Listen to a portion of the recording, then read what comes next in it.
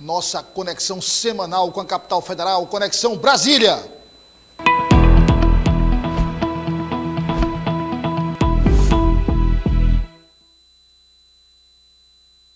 Olha a imagem aí, desse período de campanha eleitoral, todo mundo viajando, primeiro turno, o Genésio fazendo, obviamente, do escritório lá, da politicareal.com.br, direto de lá. Mas agora o Genésio volta à Câmara dos Deputados, olha aí o Salão Verde, aí a movimentação, aí realmente é o centro do poder legislativo e muitas vezes também puxa o executivo, porque tudo passa pela Câmara. Genésio, boa tarde, um grande abraço. Depois desse primeiro turno, estamos de volta. E como se diz no popular, ainda estamos de pé, né? De fato, Douglas, um grande abraço a você, a todos aqueles que estão nos assistindo, que estão conectados com a gente. De fato, estamos aqui no Salão Verde. Isso aqui sem dúvida, para usar um termo futebolístico, né? É a zona do Agrião do futebol, viu? Perto da zona do gol, né? Na prática, onde boa parte das cores do país passam por aqui, viu, Douglas? Grandes temas nacionais foram discutidos aqui, grandes acordos foram feitos aqui, conversando aqui nesse espaço aqui, nesse Salão Verde, grandes entrevistas do presidente Bolsonaro, à época, deputado federal, foram dadas aqui, né? Então, sem dúvida, é um espaço nobre, onde se faz política, goste ou não. Douglas, à sua disposição. Voltamos aqui ao dia a dia na casa, uma semana em que houve votações tanto na Câmara como no Senado, medidas provisórias tinham que ser votadas e eles votaram mesmo na semana seguinte ao primeiro turno. Olha, só lembrando, está na tela aí para você acessar, acompanhar os bastidores da política em Brasília, o www.politicareal.com.br. O Genésio está lá, tem vários jornalistas, colunistas, podcast que o Genésio faz todo dia, é distribuído para mais de 150 rádios em todo o Brasil. Tem também vídeos, a cobertura, o site que melhor faz cobertura política no Brasil. Tem o detalhamento de todos os fatos, o Genésio está aí. Está aí no olho do furacão, tirando aí as informações direto da fonte. Então, vamos partir para o nosso primeiro assunto.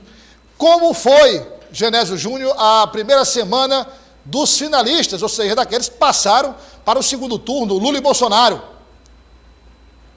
Intensa, viu, Douglas? Intensa. Desde a segunda-feira eles já estão se movimentando. É aquela história, né, Douglas? Até eu vou usar um termo que eu usei no meu comentário de hoje. Homem tem que ter futuro, né, Douglas? Se não tiver futuro, ninguém dá nem bom dia, nem boa tarde. Eles têm que mostrar para o seu eleitorado, né, que eles têm condição de vencer a eleição. Tanto quem partiu na frente, como para quem ficou para trás, né? Ou seja, quem ficou para trás tem que demonstrar que tem condição de virar, né? E quem está na frente tem que demonstrar também que tem condição de ficar lá. Então, a semana está começando muito assim, né? Eles querendo demonstrar força, demonstrar que estão vivos, que têm condição. Hoje, o presidente Bolsonaro recebeu aí governadores, né? Especialmente aqui do Centro-Oeste, mas de vários locais do Brasil, que lhe dão apoio. Ontem ele já tinha recebido, né? Ele já aqui direto, fazendo campanha direto do Palácio do Planalto.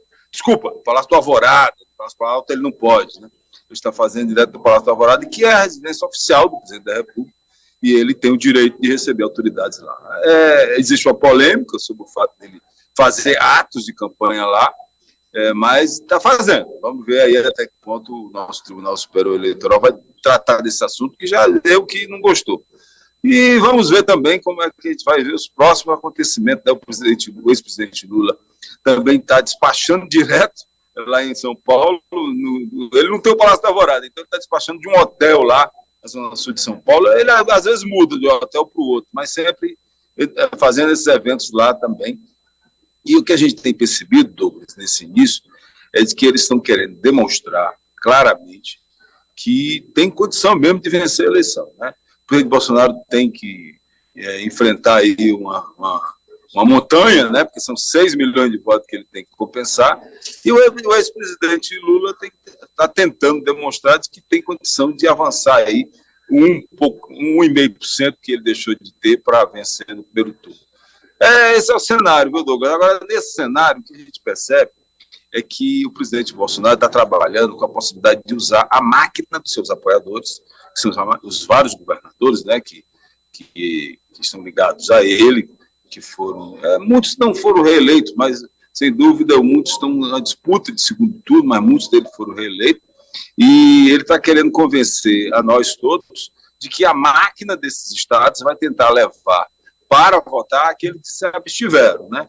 Porque aqui para nós, viu, Douglas, é difícil você conseguir mudar um voto de um bolsonarista para votar no PT e de um cara que é do PT para votar em Bolsonaro. É uma tarefa meio improvável. Então, o presidente Bolsonaro está tentando demonstrar para o eleitorado que tem condição de, usando a máquina, especialmente os grandes estados, como Rio, São Paulo e Minas, de convencer a população a que não foi votar, a ir votar.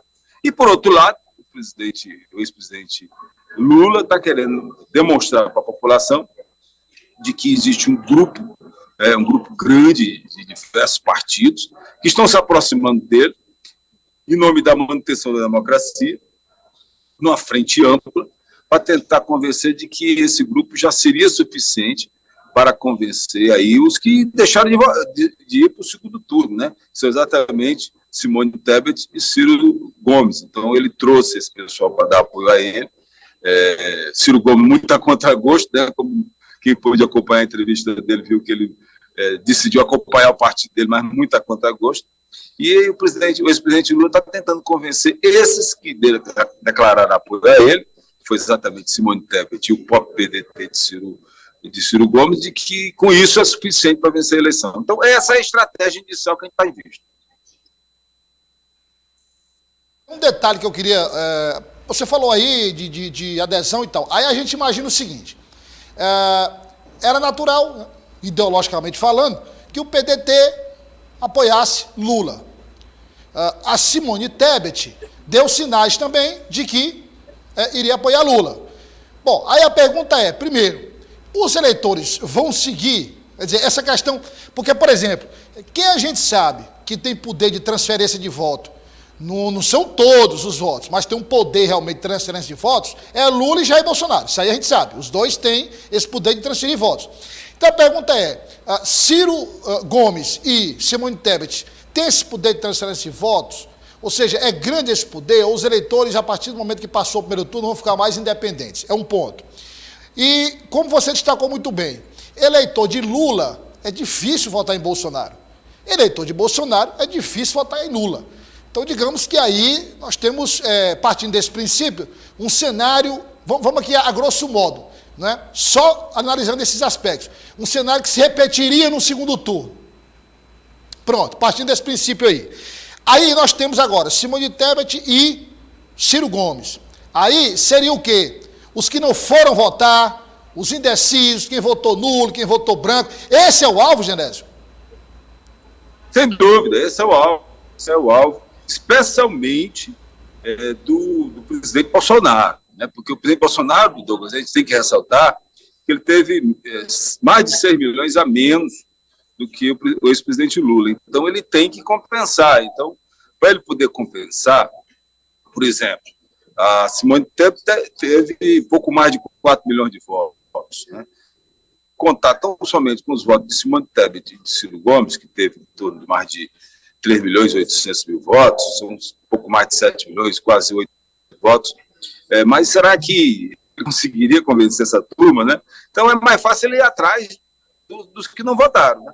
O problema do presidente Bolsonaro é que, tradicionalmente, no segundo turno, as pessoas se ausentam mais. Isso é verdade. Tradicionalmente, a chamada abstenção, ela até aumenta no segundo turno, né? Mas essa eleição ela é tão polarizada, ou seja, tem tanta paixão, né, Douglas, que a gente avalia que pode ser que a abstenção se mantenha no mesmo padrão, né? No mesmo padrão do primeiro turno, ou até diminuir um pouquinho. Não aumentar, mas tradicionalmente ela aumenta. Mas, sem dúvida, eu acho que o campo de batalha do presidente Bolsonaro é esse aí. Muito mais ele buscar e convencer aqueles que não votaram a votar nele, né? E hoje ele está dócil na campanha. Hoje ele anunciou lá no Planalto, no Alvorada, né? Em meio às várias entrevistas que foram dadas por membros de executivos que foram reeleitos, que estavam lá, dando declaração de apoio. Destaque-se aí o governador reeleito do Goiás, o Valdo Caiado, ele que é muito retórico, fala muito bem, e em meio a tantas entrevistas ele disse da possibilidade de uma redução aí de contas de quem está com dívidas atrasadas de quase 90% na Caixa. Então ele já está na luta. Esse projeto aí de quem está em débito por conta de atraso, que não conseguiu, infelizmente, com essa crise econômica dos débitos, já é um tema da campanha do ex-presidente Lula, né, que ele encampou a proposta. Ele já tinha falado disso, mas ele encampou também a proposta de Ciro Gomes, que tem isso no seu projeto desde a campanha de 2018, e agora o presidente Bolsonaro entrou nisso, né? Entrou nessa questão aí de tentar fazer com que as pessoas que sigam alternativa de renegociação e até perdão de dívida.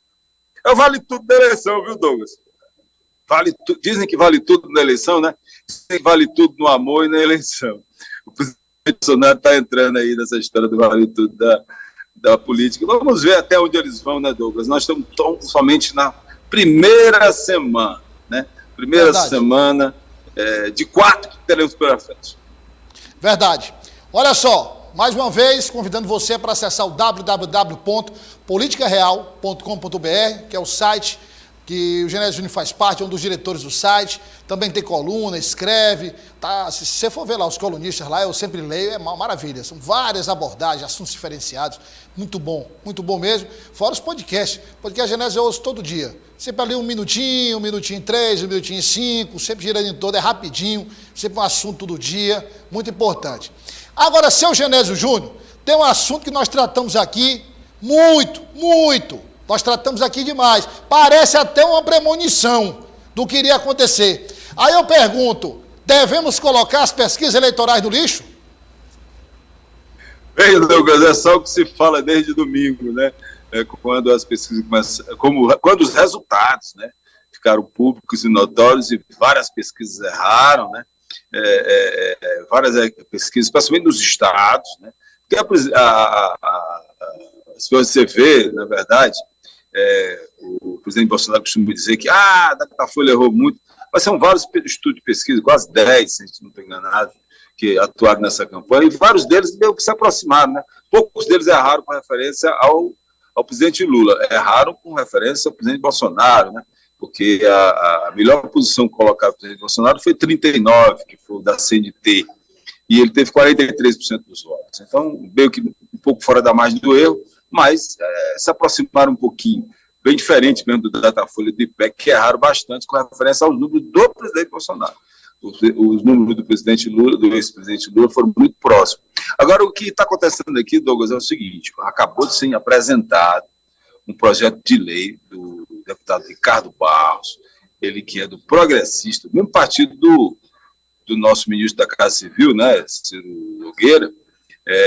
Ricardo Barros, ele que é líder do governo, ele acabou de apresentar um projeto no sentido de responsabilidade, chamada responsabilidade criminal dos institutos de pesquisa. Eu ainda não tive a oportunidade de ler o projeto completamente, porque ele saiu agora há pouco, mas houve uma reunião de líderes feita aí agora há pouco também. Existe a possibilidade, eu até já tentei conversar com a assessoria do presidente da Câmara, Arthur Lira, mas ainda não tinha uma informação vindo de lá, porque eu gostaria de falar isso em primeira mão para vocês, mas o projeto já acabou de ser encaminhado, já está no sistema da Câmara, o número aqui eu não tenho, mas já está no sistema da Câmara. Eu já recebi a assessoria do deputado Ricardo Alves, já me mandou, um projeto que criminaliza os estudos de pesquisa que cometerem erros que sejam injustificados, ou seja, né? Porque erro pode existir, né, Douglas? Agora, erro que possa ser criminalizado, que possa ser identificado como manipulação,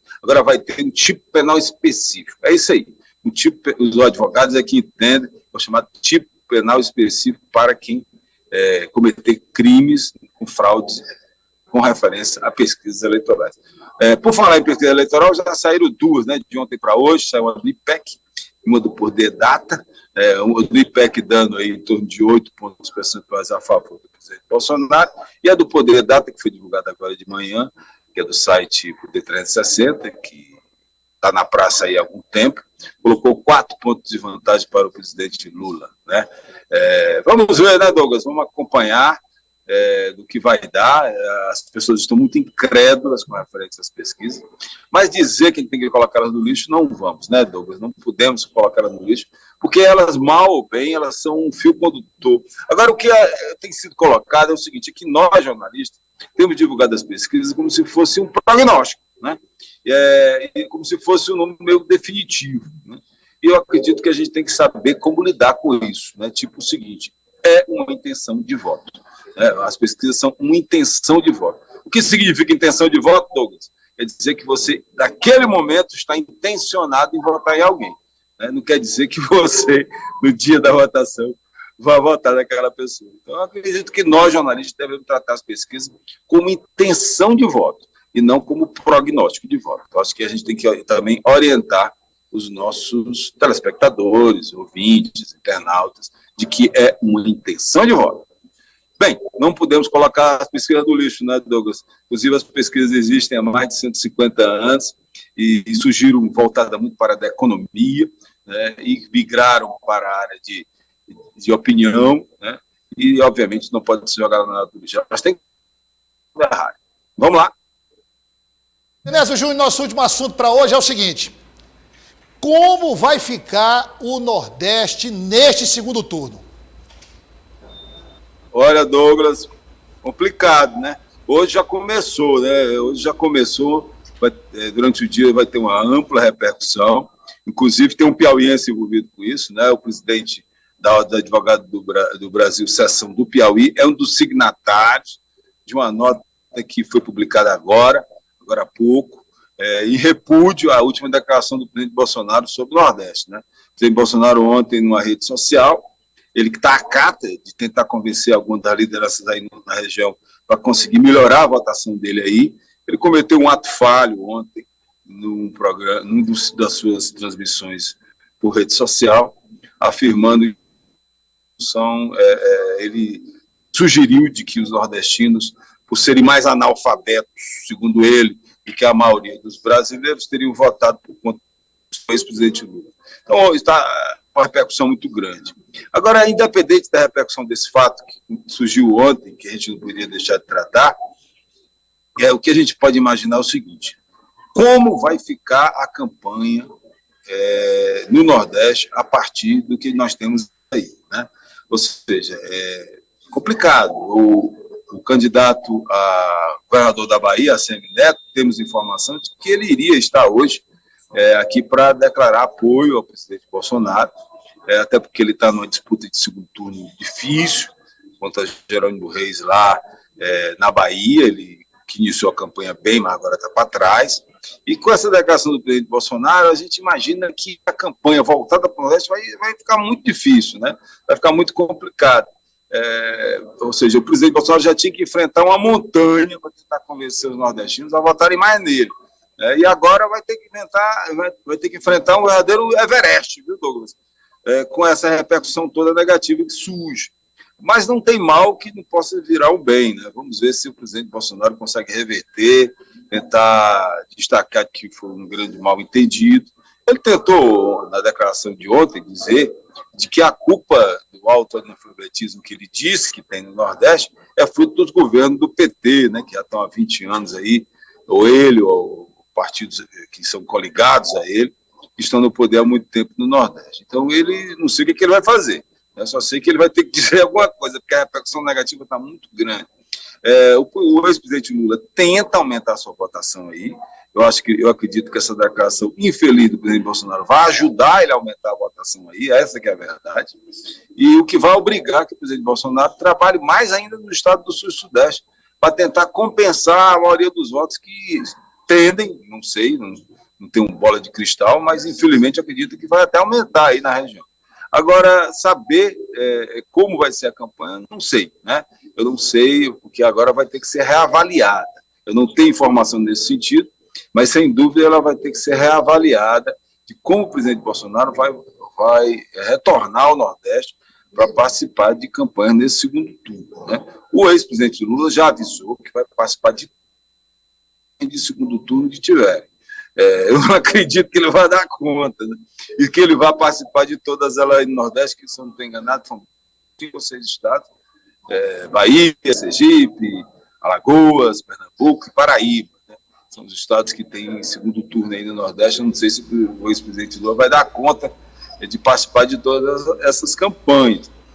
E também não sei também se agora o presidente Bolsonaro irá para a campanha na Bahia. Né? Porque se ele receber o apoio hoje, ou amanhã, no máximo, de ACM Neto, ele fica meio que obrigado a ir à Bahia. Né? Então, ninguém sabe como vai ser esses movimentos do Lula. A partir do fato quente, né, de ontem para hoje, movimentou toda essa sugestão de pauta que eu lhe dei, e que a sua competente equipe de produção já lhe deu suporte, mas, sem dúvida, esse fato de ontem para hoje tirou uma grande dúvida de como vai ser essa condução agora em diante, viu, Douglas? Ok, Genésio, obrigado pelas informações, pelas análises, clareando essa sessão presidencial. O Genésio que volta na próxima quinta. Aí já temos uma segunda semana e assim nós vamos evoluindo de acordo com os fatos, mas sempre trazendo os bastidores, o que é importante, né? A notícia ali você vê todo dia. O importante é a análise dos bastidores. Você acompanha aqui no jornal Dia News, na Dia TV e também no www.politicareal.com.br, a maior cobertura política de todo o Brasil.